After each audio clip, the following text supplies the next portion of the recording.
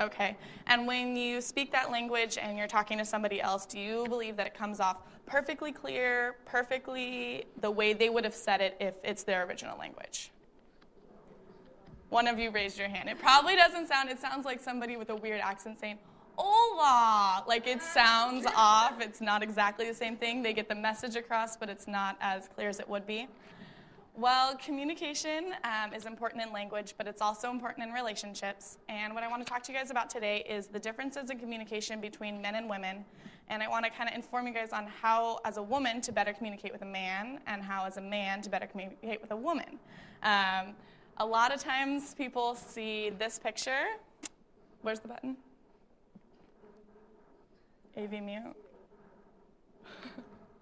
They see this picture, and this is the stereotypical communication between men and women. Usually there's an on-off switch for men, and there's all these other different buttons for women. However, this may be funny, but it's not necessarily true. Just because it may seem like this doesn't mean that that's actually how it is. There's different parts of communication. As we all know, communication can be broken down into a bunch of different categories, but I think the three most important for the communication between the opposite sexes are body language differences, also how they expect, like reactions that are expected from the person they're communicating with, and also their what communication means to that person, what the conversation really means. So like I said, body language is key. This is kind of like a first impression body language. Women here are judging a million different things. Men, it's a little more simple. This is another stereotypical thing. This is just kind of like a first impression. But really, body language is right here. We notice that in communication, body language is more than half of what we talk about. We get lots of different ideas, concepts, and thoughts from just somebody's body language. They don't even have to say anything. When it comes to men and women, they are very different. Deborah Tannen is actually she's an expert in the field of communication, specifically emphasizing on the communication between men and women. And she did a study that followed little boys and little girls and how they communicate with each other, and then also compared that to older women and men. And what she noticed was that men usually sit angled from each other. They're usually not focusing straight on each other, and they're usually participating in another activity. The conversation isn't exactly what they're doing. For women, usually they can sit down, look at each other straight in the eye, and can have a conversation, feel completely comfortable. Whereas for men, that may feel a little awkward. Two men are sitting there staring straight at each other, talking about their day. You usually don't see that. Now, like I said, as a reminder, this is stereotypical, so this is not how all men and women communicate, but this is just for the most part. So although body language is important, the expectations that men and women have greatly differ in communication. Men usually expect their listener to be quiet. They often don't want to be interrupted while they're telling a story. This shows to them that the listener is paying attention. It means that they've got their undivided attention and they're not trying to jump in the middle of things, which I think men almost see that as a form of respect from whoever they're talking to, whether it be another woman or another man. That connection of you've got my full attention, I'm listening to everything you say, really does help men to communicate better. However, this is completely different for some women and how they communicate. Deborah Tannen, she has a story called Sex, Lies, and Conversation.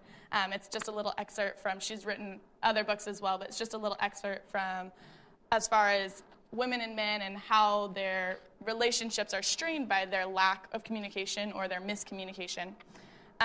Women have this thing that Deborah Tannen calls listener noise, and what listener noise is yeah, okay, I gotcha. And it basically shows the person who's speaking that the woman is following them and she's with them and they're on the same page.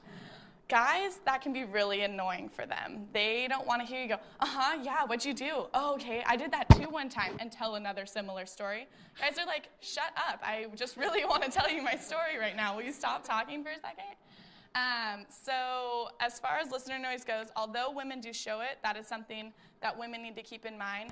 That may be seen as interruption to men, and so for men, don't take it so offensively because it's just how they were trained.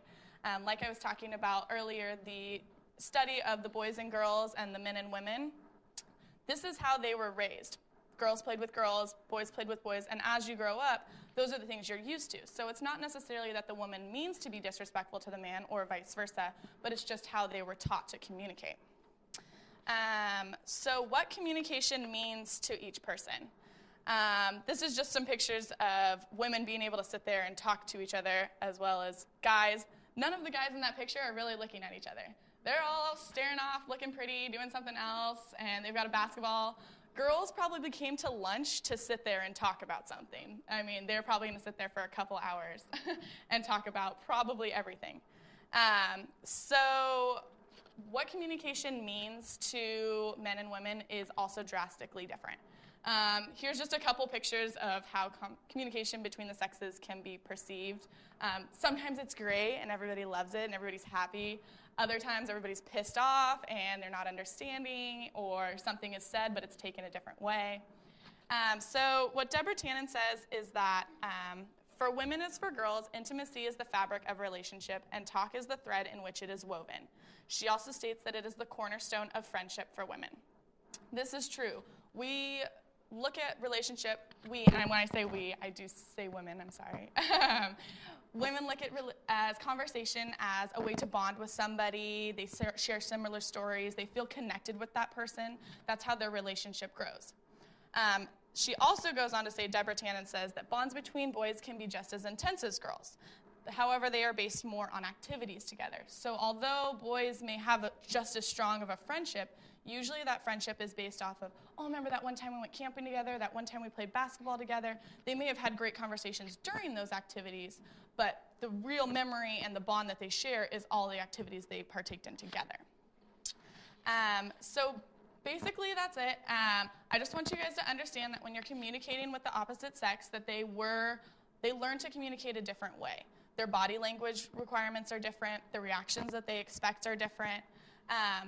It's important to understand these things because we all communicate with the opposite sex all day, every day, whether it's a classmate, a boyfriend, a girlfriend, a teacher, a coworker. We're always communicating with the opposite sex, and so in order to make those relationships better and improved, we need to understand what their needs are and what their expectations are.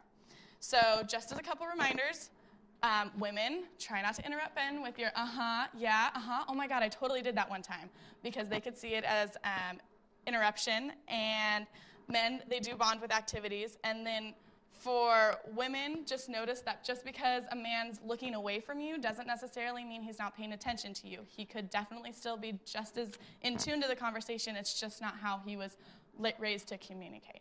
So, thank you.